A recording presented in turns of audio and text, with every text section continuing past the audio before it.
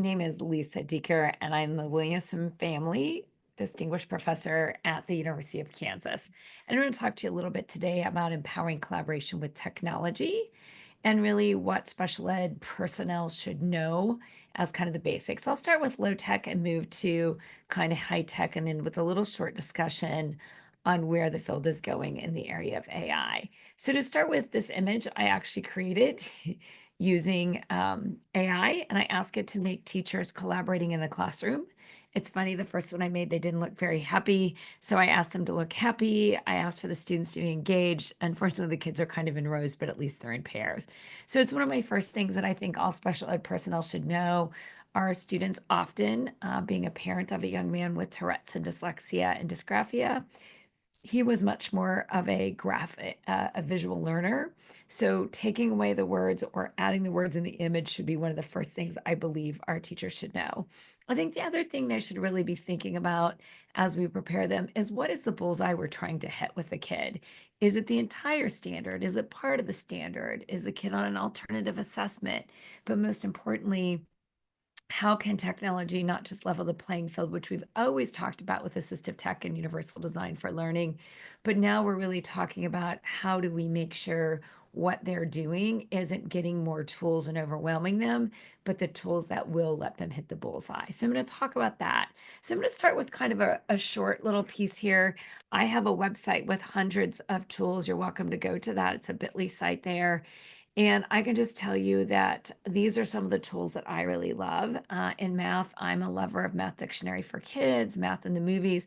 I believe our teacher, educators, and special ed should have the greatest toolkit to provide general ed teachers to help kids get the target.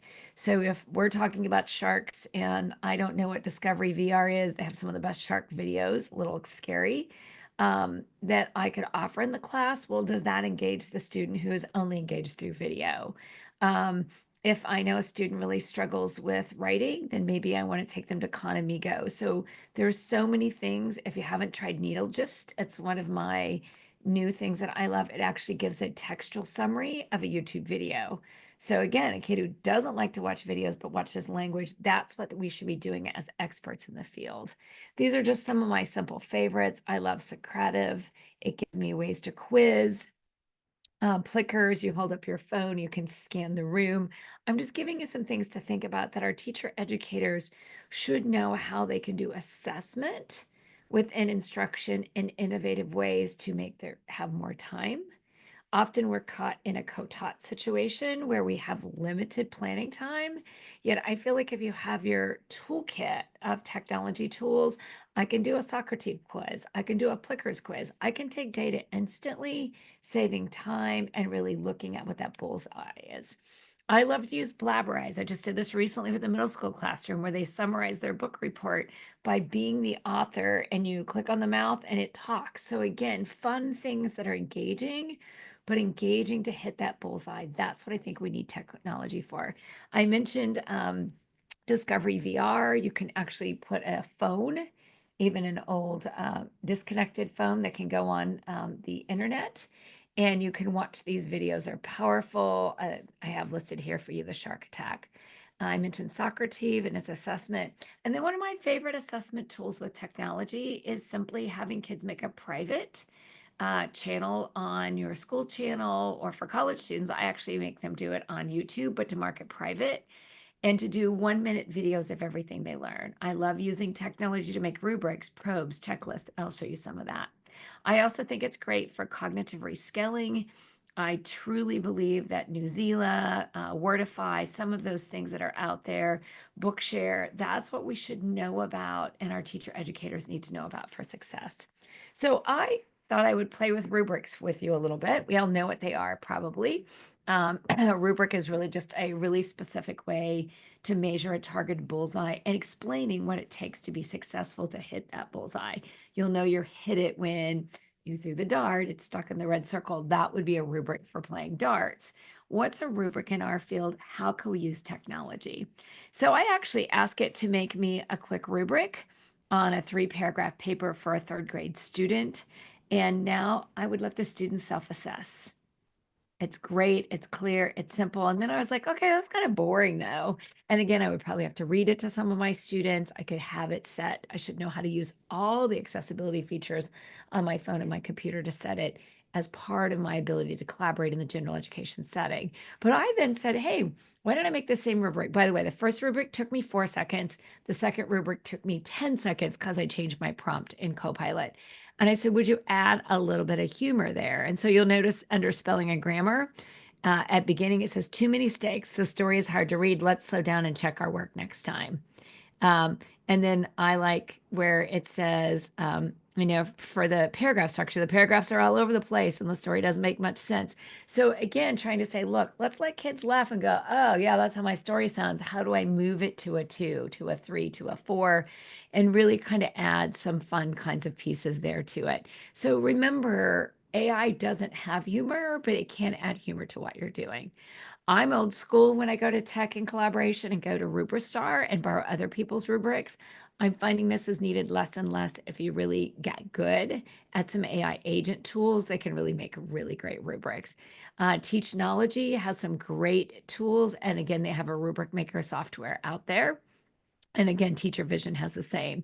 And then I was like, you know what? One of the best things, one of Hattie's high impact strategies is kids doing self assessment. I was like, oh, I wonder if AI can make me a first grade self assessment report card. So now I'm collaborating with a teacher in first grade. And I say, all right, before we send the report cards out next week, why don't we have the kids do their own self reflection and add some of that information, send that home with the report card? So you'll see I based it on the Kansas standards, and I asked the students an emotional rating of how do they feel in self-reflection about their ability to read sight words. How do they feel about understanding what I read? Now the student is doing self-reflection, and what a great thing to think about. Again, created in about 10 seconds with about a 30-second prompt. I love Quizlet. If you haven't seen Quizlet lately, it's really upgraded. It's got multi-dimensional. You can have competitions. Again, anything that gets kids engaged, but more importantly, it gives me assessment on that bullseye. I think when we collaborate, we need tools to help us differentiate curriculum, universally design it, and most importantly, to assess. I feel like it's a weakness in our teacher prep programs that teachers don't have an easy way to assess what they're doing. I am now a great lover of Gimkit. There is a cost to this, but I can do all kinds of questions. I can have a token economy where students gain money, learn, and again, it's just a fun game-based learning management system. And again, they can do it on a device, they can do it on their phone, they can do it on the computer, and there's competitions. And as you earn money, then you can start to block a partner that's beating you and all kinds of fun kind of things there. So, as special ed teachers, I think we need to know these things are out there, try them in our preparation programs to see how we're ready to move forward in using them when we're in that classroom in the future. Blooket is another one that teachers love equal to Gimkit.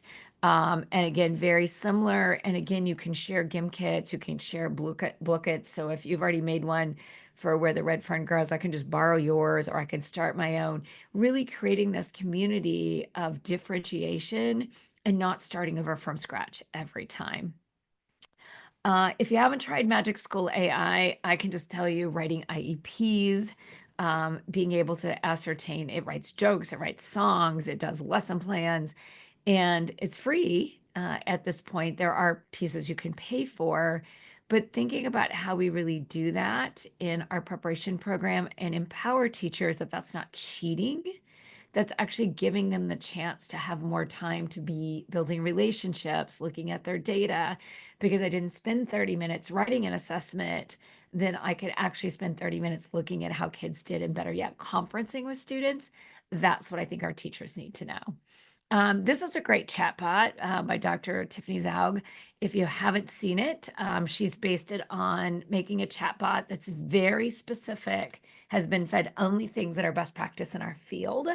Again, I think our teachers need to know what's garbage, garbage in, garbage out. So when you go out and search for things, you often get just books or non-peer reviewed.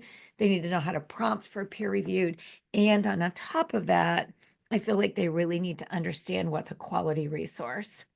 And so Tiffany's site is a quality resource. So I wanted to give you a little example of, I think, the teacher of year 2030 and beyond needs to be ready for. So again, my mother was a librarian. I love reading books. And so imagine I'm co-teaching with a high school teacher who's reading Where the Red Fern Grows, and the student struggles with it. Well, here's what I did. Again, 30 seconds of my time, look at the game changer, because I understand tech tools for collaboration and differentiation. So I said, all right, make me a summary of Where the Red Fern Grows, chapter 2, in about 100 words at about 100 Lexile level. Again, still a little bit hard, but not terrible. And now I can have technology turn on, have that read to the student. I can differentiate. That's what your teachers need to know when they collaborate.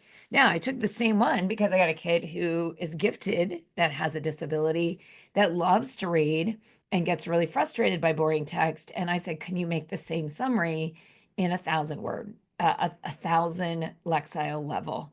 So now we have, you can see here, simple, here we have complex.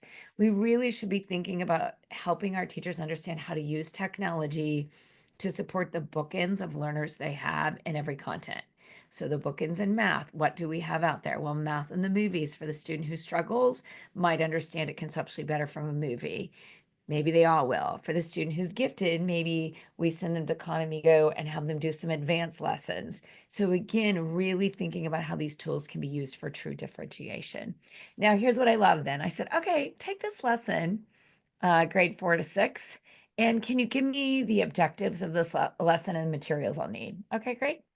And then I was like, oh, I need an extension activity because the kid in this class that I'm co-teaching with really will get it fast and he needs some enrichment class. And then, oh, yeah, I have a couple students in here that are kind of behind. So I'll need some differentiated activities, but it only gets better. Again, all of this was a simple prompt into, I was using Copilot, ChatGPT, Google Gemini. Basically, I'll do the same thing in a different way. And then I said, all right, can you help me outline the lesson procedure? If we are still asking teachers to write lesson plans, we're really not teaching them to use the power of the resource much better than, no offense to teachers pay teachers, but let's take all the teacher pay teacher thought and have it help me understand what would be good. Illustrating a dream dog would not be good because of students who scream when we draw, but a collage, oh, maybe we could cut.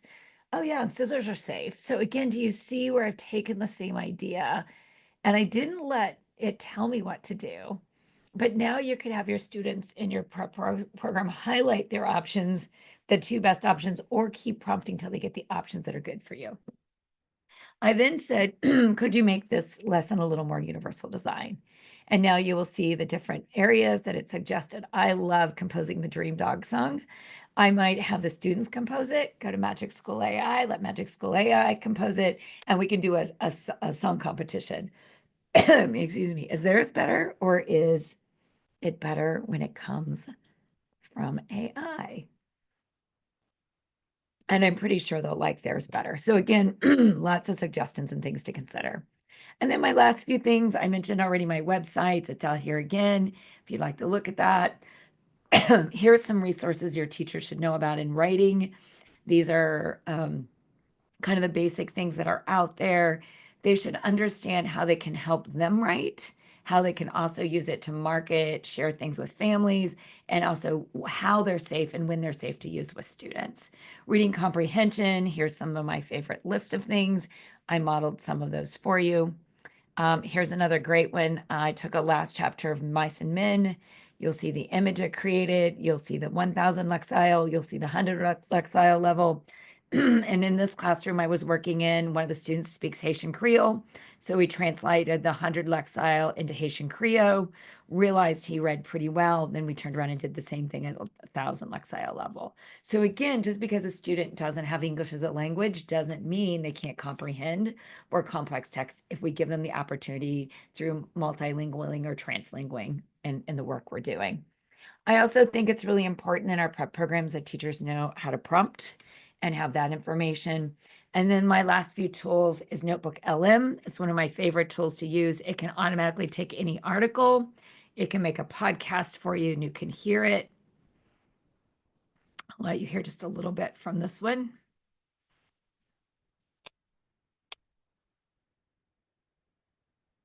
and I'm hoping it will pop up.